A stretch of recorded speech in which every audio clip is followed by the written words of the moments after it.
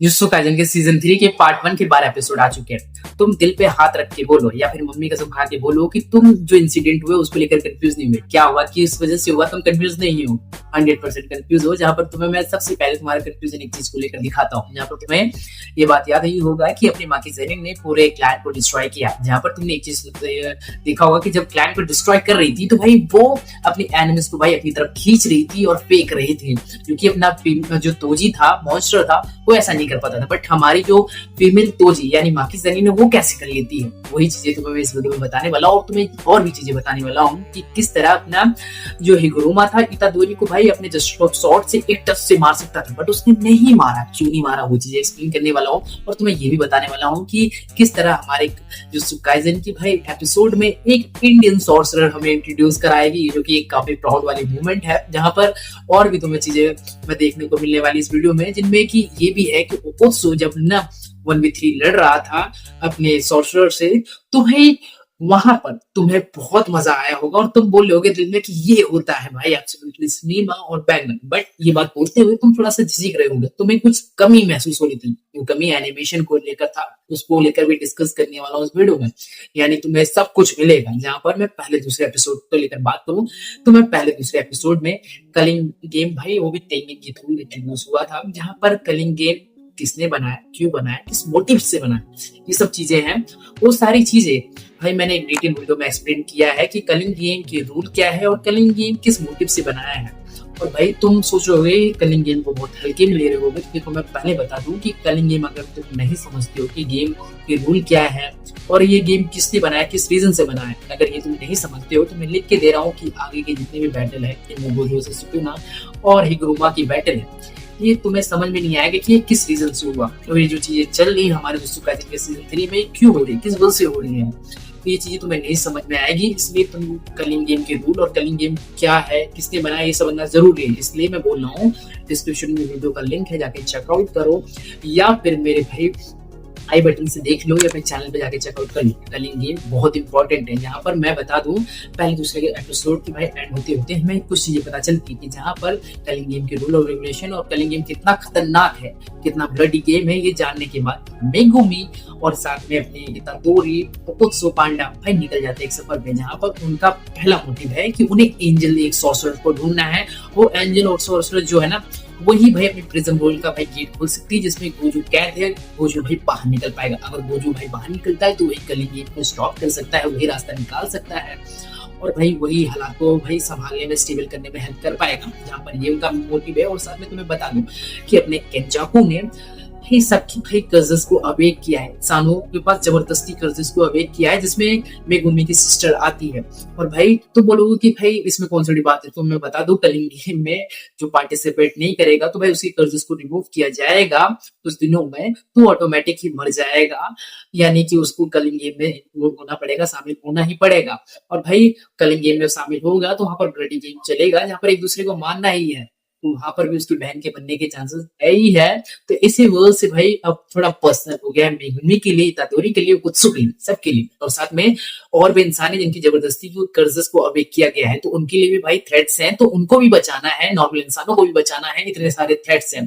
तो इस कलिंग गेम में प्रॉपर मजा आने वाला है, जहां पर इसी मोटिव के साथ ओकोत्सु इतादोरी निकल चुके रहते हैं। जहां पर उनके सामने एक बात आती है कि जो हमारे स्पेशल ग्रेड के जो भाई सॉर्सरर है उनमें अपने भाई हकारी आते हैं, जो कि एक स्पेल स्टूडेंट है और भाई वो गोजो के बाद वही उनकी जगह ले सकता है, ऐसा ओकोत्सु का कहना है। तो भाई वो चल देते हैं भाई सबसे पहले मेगुमी पांडा और साथ में इतादोरी निकलता है वो भी केंजी हकारी को ढूंढने के लिए। जहां पर पहला दूसरा एपिसोड यहाँ खत्म होता है और फिर हमें दिखाया जाता है दूसरे और तीसरे एपिसोड में ये कि किस तरह माँ की ज़ेनिन पूरे अपने ज़ेनिन खानदान को खत्म कर दी। जहाँ पर वो एक्चुअल में इस मोटिव से नहीं गई रहती कि वो ज़ेनिन खानदान को खत्म करेगी, जहाँ पर वो गई रहती है एक स्टूल, एक वेपन लेने के लिए, वो भी ज़ेनिन खानदान के स्पेशल जहाँ पर सारे वेपन रखे जाते हैं।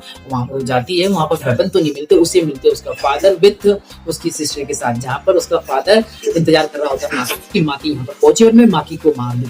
जहाँ पर उसके ऊपर वो हमला भी करता है, दोनों के बीच लड़ाई होती है, बट वो भाई माकी को घायल कर देता है और घसीटते हुए एक ऐसे रूम में ले जाता है जहाँ पर ढेर सारे कर्सेस रहती है। जहाँ पर ले जाते हुए टाइम पे ये बातें बोलता है कि मैं इसी मामलों में नोबितो ज़ेनिन से कम नहीं था, मैं ज़ेनिन खानदान का लीडर बन सकता था, बट मैं तुम्हारी वजह से नहीं बन पाया। एक तो तुम लड़की पैदा हुई, ऊपर से हेवीली रिस्ट्रिक्शन के साथ आए, जिसको ना तो तुम अपनी ह्यूमन जो तोजी जैसा सुपर ह्यूमन ड्यूरेबिलिटी होती है तुम वो भी नहीं यूज कर सकती हो, ना कर्ज एनर्जी को भी यूज कर सकती हो। दोनों ही सिस्टर बेकार हो, नाकारा हो, इसी वजह से मैं ज़ेनिन खानदान का लीडर नहीं बन पाया। ये सब बातें बोलते हुए वो उस रूम में छोड़ देता है, जहाँ पर हमें देखने को क्या मिलता है कि जो हमारी माही रहती है, जिसकी स्पेशल एबिलिटी ये रहती है कि वो अपनी कर्ज एनर्जी से दिन में एक गोली या फिर कोई एलिमेंट्स ऑब्जेक्ट भाई बना सकती है दिन में एक बार। जहाँ पर वो घायल रहती है और मरते मरते वो एक मन की काल्पनिक दुनिया बनाती है, जिसमें माही और माकी दोनों आपस में बात करती है और माही ये बात बोलती है कि मैं मर तो जाऊंगी, इसके बाद तुम पूरे ज़ेनिन खानदान को डिस्ट्रॉय कर देना, खत्म कर देना।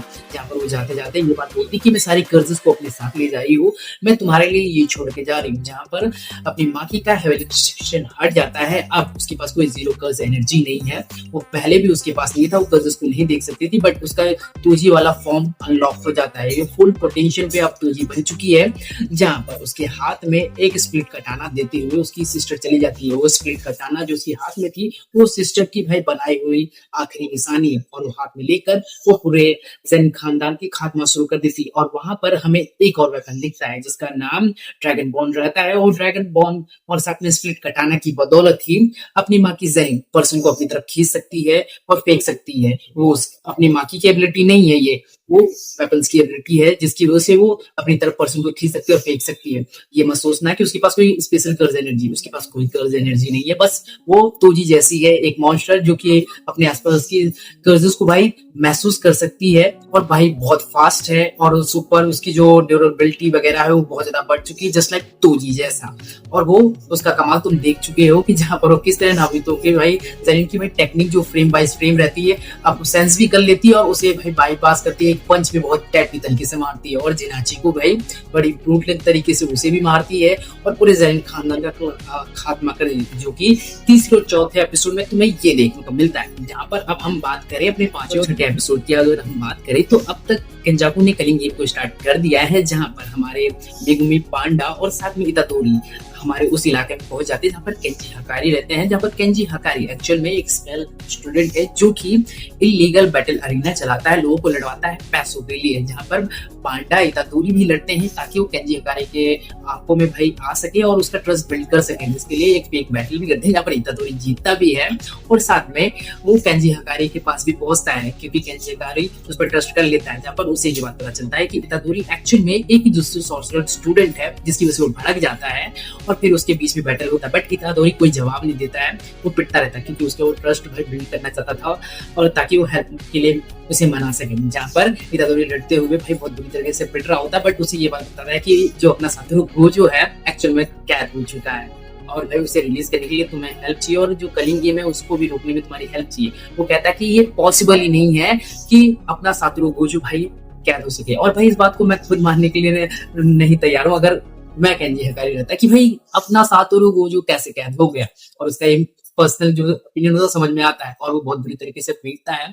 जहाँ पर फिर एक टाइम आता है कि भाई वो मेगुमी वगैरह की बातों में आके भाई वो मान लेता है कि हाँ सातोरू कैद है। जहाँ पर वो बात करने के लिए तैयार हो जाता है और वो पता चलता है कि जो ये मेगुमी है एक्चुअल में ज़ेनिन खानदान का लीडर है, और वो ज़ेनिन खानदान का लीडर कैसे बना मैंने भाई अपनी प्रीवियस वीडियो में एक्सप्लेन किया है, इसलिए मैं बोल रहा हूँ कि भाई उसमें बहुत कुछ है जो कि तुम देखोगे तो चीजें समझ पाओगे। जहाँ पर भाई ये बात उसे पता चलता है, इसके पहले वो मेगुमी की बड़ी बुरी तरीके से ट्रीट कर रहा था, उसे धतूरा धतूरा बुला रहा था। बट भाई जब उसे पता चलता है कि ज़ेनिन खानदान का करंट लीडर ये है, तो वो उसका भाई वो जो एक्सपीरियंस रहता है ना कि इसकी माँ का ये धतूरा ज़ेनिन खानदान का लीडर है, तो उसे बोलता है सुन बे धतूरे। फिर उसका जब वो टोनिंग चेंज करता है कि भाई मेगुमी बोलता है ना कि मेरा नाम धतूरा नहीं है, मेरा नाम मेगुमी सुगुरो, तो वो भाई बोलता है कि मेगुमी सुगुरो मेरे भाई। वहां पर लिखने काफी परी लगता है, जहाँ पर वो बताता है कि हाँ एक्चुअल में प्रिजन रॉयल में भाई गोजू सातोरू कैद है और कलिंग गेम एक डेडली गेम है जिसमें उसकी बहन मारी जाएगी और इनोसेंट लोग मारे जाएंगे, तो तुम्हारी हेल्प चाहिए। तो वो कहता है कि ठीक है की जो पुराने रूल है उनमें तुम अगर चेंजेस करने में मेरी हेल्प करोगे, आगे जाके जब कलिंग गेम वगैरह खत्म हो जाएगा तो मैं तुम्हारी हेल्प करूंगा। जहाँ पर वो लोग तैयार हो जाते हैं और यहीं पर हमें काशिमो के बारे में पता चलता है कि काशिमो ने एक नया रूल ऐड किया जो कि हमारा 9th रूल है, जिसमें ये है कि तुम प्लेयर की भाई डिटेल्स देख सकते हो कि प्लेयर एक्चुअल में किस जगह पे है और उसके पास कितने पॉइंट है और किस कॉलोनी में है और उसका नाम क्या है। ये चीजें तुम देख सकते हो जो कि काशिमो ने ऐड किया, और ये वही काशिमो है जो कि केंजी हकाई से टकराएगा इन फ्यूचर, जो कि अपने सीजन 3 के पार्ट 2 या फिर सीजन 4 में। अब देखते हैं कि भाई उन्होंने जो सीजन 3 का है 12 एपिसोड में निपटा देंगे या 24 एपिसोड डालेंगे, उसमें हमें देखने को मिलेगा केंजी हकारी और काशिमो की बैटल, जो कि काफी एपिक है। क्योंकि मांगा में अगर तुमने पढ़ा होगा तो तुम्हें इसके बारे में पता होगा, जहाँ पर उसने नया रूल 9th ऐड कर दिया। और बाकी के जो 8 रूल है मैंने अपनी प्रीवियस वीडियो में एक्सप्लेन कर रखा है, अगर वो नहीं देखते हो तो भाई तुम्हें कुछ समझ में नहीं आने वाला, तो इसलिए वो काफी इंपॉर्टेंट है, वो चेकआउट करो। यहाँ पर होता कुछ ऐसा है कि केंजी हकारी और पांडा तो टोक्यो की कॉलोनी नंबर 2 में जाएंगे, जहां पर काशिमो होगा और अपना केंजी हकारी से टकराएगा, क्योंकि उसके पास भाई 100 पॉइंट्स और हैं और वो काफी स्ट्रॉन्ग दिख रहा है, क्योंकि वो इजीली जब 100 पॉइंट से नया रूल ऐड कर सकता है तो काफी स्ट्रॉन्ग ही होगा, इसीलिए केंजी हकारी जाता है। और उसे ये भी लग रहा है कि वहां पर एंजल्स के होने के चांसेस है, इसलिए भी वो जा रहा है हकारी और साथ में पांडा। फिर उसके बाद हमें दिखाया जाता है कि इतादोरी और मेगुमे ये डिसाइड करते हैं कि वो टोक्यो की कॉलोनी नंबर 1 में जाएंगे, क्योंकि वहां पर हिगुरुमा है, जहां पर वो 9th रूल की वजह से वो देख पा रहे हैं कि हिगुरुमा नाम का पर्सन है जो कि काफी पावरफुल है, उसके पास 100 पॉइंट है। अगर उसे वो मना पाए तो वो गेम में नया रूल ऐड कर सकते हैं, जिसकी वजह से मेगुमे की सिस्टर और इनोसेंट लोगों को भाई बचाया जा सकता है। जहां पर वो धीरे धीरे ऐड करवाना चाहते हैं रूल, जिसकी वजह से वो कलिंग गेम में फंसे हुए सुमिकी जैसे लोगों को बचा सके। तुम्हें ये बात पता ही होगा कि कलिंग गेम ऐसा गेम है जो कभी खत्म ही नहीं होने वाला, कभी भी खत्म नहीं होने वाला। उसमें सिर्फ एक ही पर्सन सर्वाइव करेगा, वही बचेगा, वही विनर होगा, और भाई बाकी जितने भी लोग हैं सबके सब मारे जाएंगे। कलिंग गेम ऐसा खूनी खेल है, इसी वजह से वो भाई ऐसा रूल लाना चाहते हैं जिनमें से इनोसेंट लोगों को निकाल सके, और इसके बीच में गोलू शास्त्री को भी प्रिज्म से निकाल सके, जिसकी वजह से कलिंग गेम वो खत्म कर सके। तो यही है अपनी कलिंग गेम का रूल वगैरह। और भाई तुम्हें मैं बता दूं इसके बाद हमें क्या देखने को मिलता है कि टोक्यो नंबर के फिर 1 में जहां पर इतादोरी और साथ में मेगुमी एंटर होते हैं कलिंग गेम में, जैसे ही उन्हें टेलीपोर्ट कर दिया जाता है अलग अलग जगह, जहां पर 2-3 किलोमीटर की दूरी बन जाती है, जहां पर अपना इतादोरी आसमान से गिर रहा होता है, उसके ऊपर एक फैन मैन हमला करता है, मतलब पंखों के सर वाला, उसका नाम मेंशन नहीं है। और दूसरी अपनी एक लड़की रहती है जिसका नाम हानिया रहती है, उस लड़की का, और हानिया से भी टकराता है और उसे भी हरा देता है इतादोरी। जहाँ पर हमें फिर क्या दिखाया जाता है कि किस तरह एक इतादोरी को जानने वाला उसका अमाया नाम का एक लड़का जो उसे जानता है वो हिगुरुमा तक लेके जाता है। हिगुरुमा एक्चुअल में भाई उसका इंट्रोडक्शन में फिर बताया जाता है कि वो एक्चुअल में एक डिफेंस लॉयर है, वो जस्टिस के लिए लड़ता था, इनोसेंट पीपल के लिए वो लड़ता था, और साथ में वो उन्हें बचाने की कोशिश करता था। बट जो हमारी जस्टिस सोसाइटी है इतनी करप्ट हो चुकी थी कि इनोसेंट पीपल को भाई वो भी गिल्टी फील करा के उन्हें बेगुनाहों को भाई मार देते थे, और इसी वजह से वो काफी खपा रहता था, और जस्टिस सोसाइटी से भाई उसका विश्वास उठ चुका था। और भाई उसका इस कलिंग गेम में उसकी कर्ज अवेक हुई है, जहां पर होता कुछ ऐसा है कि इतादोरी और हिगुरुमा के बीच बातचीत होती है। वो बोलता है कि नया रोल ऐड करने में मेरी हेल्प करो, वो साफ साफ करता है, और वहां पर टकराव होता है, जहां पर वो अपने डोमेन को एक्सप्रेस करती है। और उसका डोमेन काफी स्पेशल है, क्यों? क्योंकि भाई वो बैटलफील्ड को एक फोटो रूम में कन्वर्ट कर देता है, जहां पर एक शिकिनामी होती है, जिसमें वो जो भी हमारा उस पर पेश हुआ पड़ा है, उसके सारे कर्मकांड, उसने क्या क्या कर रखे हैं, वो सब उसे पता रहता है। जहाँ पर वो तुम्हारी बातें सुनते हैं, अगर उन बातों को तुम एक्सेप्ट नहीं करते हो, तुम गिल्टी पाए जाते हो, तो भाई तुम्हें भाई डेथ पेनल्टी मिल सकती है, जिसमें अपनी हिगुरुमा के हाथ में एक जस्ट ऑफ सॉर्ड आती है। अगर उसका एक टच मिलता है तो तुम्हारी सोल को भाई बाईपास कर देगी और तुम मारे जाओगे। जहाँ पर होता कुछ ऐसा है कि वहां पर पेशी होती है इतादोरी की, और इतादोरी भाई वो भाई उससे साफ साफ पूछा जाता है कि क्या जो सुप्रीमो आदमी जितने लोग मारे गए हैं तो तुमने मारा है? तो कहता हाँ मैंने मारा है। जहाँ पर जस्ट ऑफ सॉर्ड अपने हिगुरुमा के हाथ में आती है, बट हिगुरुमा उसे नहीं मारता। क्यों? एक्चुअल में जानता है कि सुबेयो आर्क में जितने भी लोग मारे गए थे उसका जिम्मेदार इतादोरी नहीं, उसका जिम्मेदार सिर्फ सुकुना है, जिसकी वजह से उसे मार चाहता तो मार सकता था, बट उसने नहीं मारा और छोड़ दिया। जिसकी वजह से भाई होता कुछ ऐसा है कि उसने हिगुरुमा ने उसे इसलिए छोड़ा क्योंकि जिस टाइप का इनोसेंट पर्सन काइंड पर्सन बनना चाहता था ना अपना हिगुरुमा, उस टाइप का अपना इतादोरी है, और उसको अपने आप में देख रहा था, इस दूसरे से नहीं मारा, उसे जाने दिया। और साथ में कलिंगी में एक नया रूल ऐड करवाया जो कि 10th रूल था ये, कि जो प्लेयर्स है अपने पॉइंट्स एक दूसरे को दे सकते हैं, जो कि हमारा 10th रूल था। और इसके बीच में रिमी नाम की लड़की मेगुमी को मैनिपुलेट करते हुए रेजी नाम के एक ग्रुप के पास लेके जाती है, जो कि टारगेट बना के अपने सोर्सर को मार दे और उनके पॉइंट्स भाई निकल लेते हैं। जहाँ पर रेजी से मीट होता है, बट रेजी भाई ऑफर देता है अपने मेगुमी फिसुगिरो कि तुम मेरे साइड हो जाओ, तुम काफी पावरफुल लग रहे हो और मिलके करेंगे, हम सर्वाइव करेंगे पॉइंट्स के थ्रू। जहाँ पर वो बोलता है कि तुम्हारे ग्रुप के पास मुझे लगता है कम से कम 100 पॉइंट होगा, मुझे 100 पॉइंट इजीली दे दो, मुझे किसी को मारना नहीं, मुझे गेम में नया रूल ऐड करवाना है। कहता है कि इसका कोई मतलब नहीं है। जहाँ पर पावरफुल होने के बाद लोग खुद ब खुद इस गेम का शिकार हो जाएंगे। जितना तुम कलिंग गेम को सिंपल चलिए समझ रहे हो, उससे ज्यादा ये सिंपल नहीं है। यहाँ पर इसी के बाद यहाँ पर फाइट स्टार्ट हो जाती है, जहाँ पर चिजुरू नाम का एक उसका ही रेजी का पार्टनर अटैक करता है, वो भी शिगुरु के ऊपर, जहाँ पर वो उसे टेक डाउन करता है और उसे भी लड़ना स्टार्ट कर देता है। जहाँ पर इसके बीच में होसुनुको नाम का एक और सॉर्सरर हमला करता है मेगुमी फिसुगिरो के ऊपर, जिसकी टेक्निक कुछ ऐसी रहती है कि भाई ऊपर से अपनी बॉडी पार्ट्स वगैरह निकाल के जिनमें दांत वगैरह फेंक सकता है, जिससे ब्लास्ट होते हैं और आग के ब्लास्ट होता है। जहाँ पर हमें एक सस्ता डेमन स्लेयर का 5 रुपए वाला CGI ब्लास्ट दिखता है, जो कि हमें डेमन स्लेयर में बहुत प्यारा सा जो ब्लास्ट दिखा था ना 7th एपिसोड में, वही ब्लास्ट यहाँ पर भी दिखता है, बट 10 रुपए में। जहाँ पर मैं इतना बोलूंगा कि उन्होंने कोशिश तो की, ठीक ही की, बट अपने डेमन स्लेयर के लेवल का नहीं मैच कर पाए। जहाँ पर वो सोचते हैं कि वो डेमन स्लेयर जैसा कर सकते हैं, बट इनके अंदर वो पोटेंशियल है, बट धीरे धीरे वो पोटेंशियल ही खोते जा रहे हैं। कैसे, वो आगे एपिसोड में बात करेंगे। जहाँ पर हमें फिर क्या देखने को मिलता है कि अपना जो चिजुरो रहता है उससे फिर से अपना मेगुमी फाइट कंटिन्यू रखता है और भाई उसे ब्रूटली मार देता है। और बीच में रेम भी भाई उंगल करती रहती है और अपने रेम को वो छोड़ देता है। क्यों? क्योंकि भाई वो लड़की रहती है जो कि खुद ही मतलब कि रेजी की ग्रुप का शिकार रहती है, जहाँ पर वो कमजोर रहती है। रेजी उसे आश्वासन देता है कि अगर तुम ऐसे लोगों को तुम मेरे सामने लेकर आओगी तो मैं तुम्हें जिंदा छोड़े रखूंगा और बचाए रखूंगा इस कलिंग के गेम में। बट एक्चुअल में लगता है कि रेजी जब वक्त आता तो रिमी को भी मार ही देता।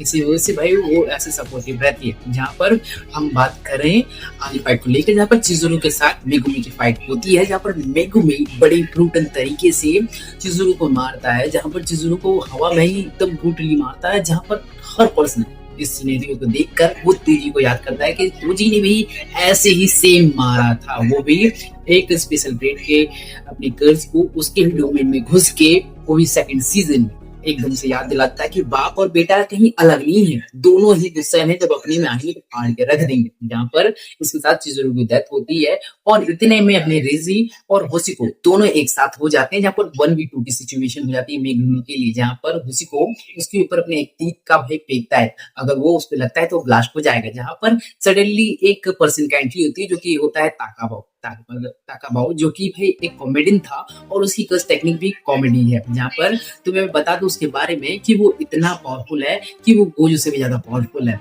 अगर उसे ये बात कॉमेडी लगती है कि गोजो को मर जाना चाहिए, फनी लगी, तो एक्चुअल में गोजो मर जाएगा और रियलिटी को मैनिपुलेट कर सकता है। उसकी पावर ऐसी है और उसे अपने ही पावर के बारे में पता नहीं। जहाँ पर वो भाई उसे ये सिचुएशन भाई फेयर नहीं लगती कि भाई मेगुमी अकेला लड़ रहा है और उसकी और रेजी एक साथ लड़ रहा है। इसी वजह से वो मेगुमी के साइड से लड़ता है। जहाँ पर हमें देखने को क्या मिलता है कि होशिको को अपना ताकाबाओ संभालने लगता है और रेजी को अपना मेगुमी फुसिलो, जो कि काफी आइकॉनिक यहाँ का भी बैटल है। जहाँ पर रेजी की टेक्निक तो मैं बता दूं कि वो भाई रस्सी को भाई किसी भी मटेरियल किसी भी ऑब्जेक्ट में कन्वर्ट कर देता है, जो कि काफी नाक में दम करता है अपने मेगुमी फुसिलो।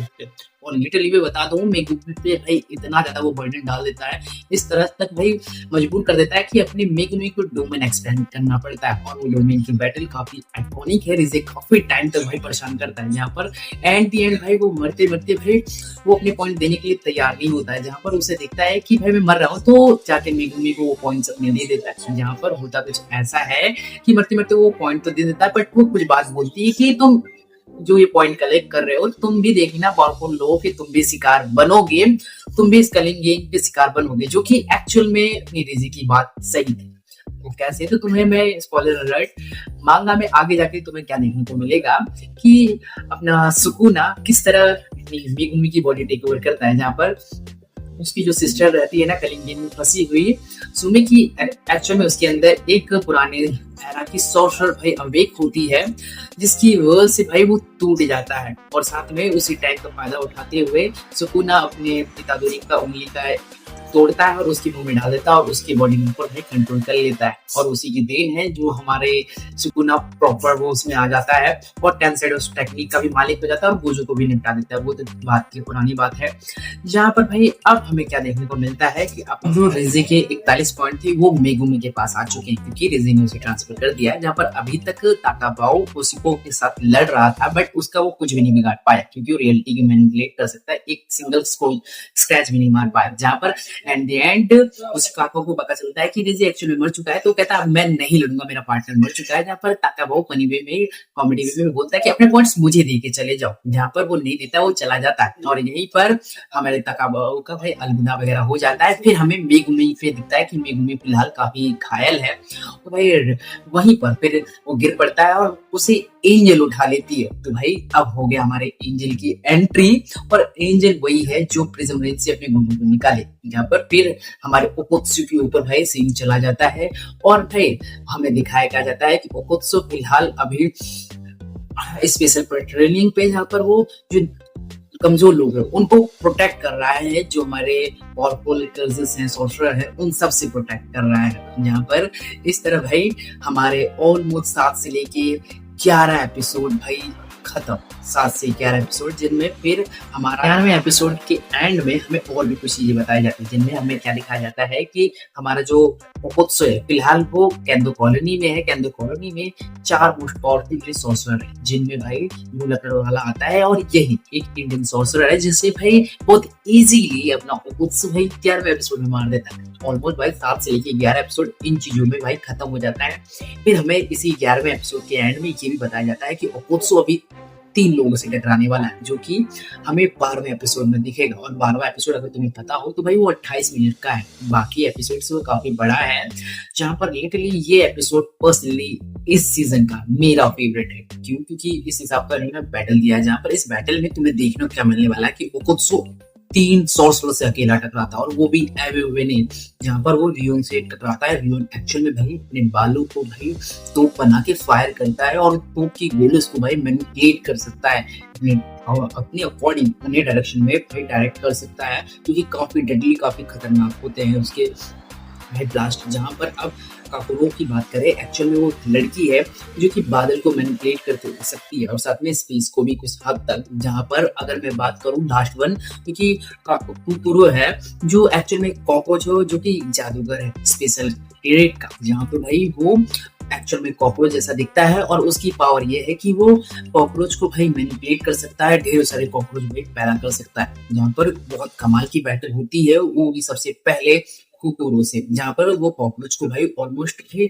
मार देता है और ओकोत्सु को लगता है कि जो अपना कुकुरो है एक्चुअली मर चुका है। जहाँ पर अब 1v2 सिचुएशन में आके ओकोत्सु के सामने यहाँ पे वो भाई रिका को भेज रखा रहता है, जो इनोसेंट पीपल रहते हैं, जो यहाँ पर फंसे रहते हैं, उनकी प्रोटेक्ट करने के लिए। जहाँ पर अकेले वो ओकोत्सु भाई अपने रियोन से और साथ में काकुरो से दोनों से टकराता है और बहुत कमाल का आइकॉनिक बैटल देखता है, जो कि एक्चुअल में एब्सोल्युटली सिनेमा से बोलते हैं। जहाँ पर होता कुछ ऐसा है कि ये दोनों भाई एक टाइम आता है कि भाई अपने ओकोत्सु को थोड़ा चोट पहुंचाते हैं, बट वो अपने रिवर्स कस टेक्निक की वजह से खुद को हील भी करता है और लड़ता रहता है, जो कि दोनों को इम्प्रेस करता है। और बहुत यूनिक फाइट था ये, बहुत मजा भी आया। जहाँ पर एक टाइम होता है कि भी अपने रियोन और काकोरो दोनों मिलके भाई डोमेन एक्सपेंड करते हैं और साथ में ओकोत्सु। यहाँ पर डोमेन 3 लोग का होता है, जहाँ पर डोमेन खुलता तो है, बट यहाँ पर जो कुकुरो रहता है, जो कॉकरोच रहता है, एक्चुअली वो मरा नहीं रहता है, वो एंटर कर देता है, जिसकी वजह से तीनों और चारों का डोमेन भाई खत्म हो जाता है। जहाँ पर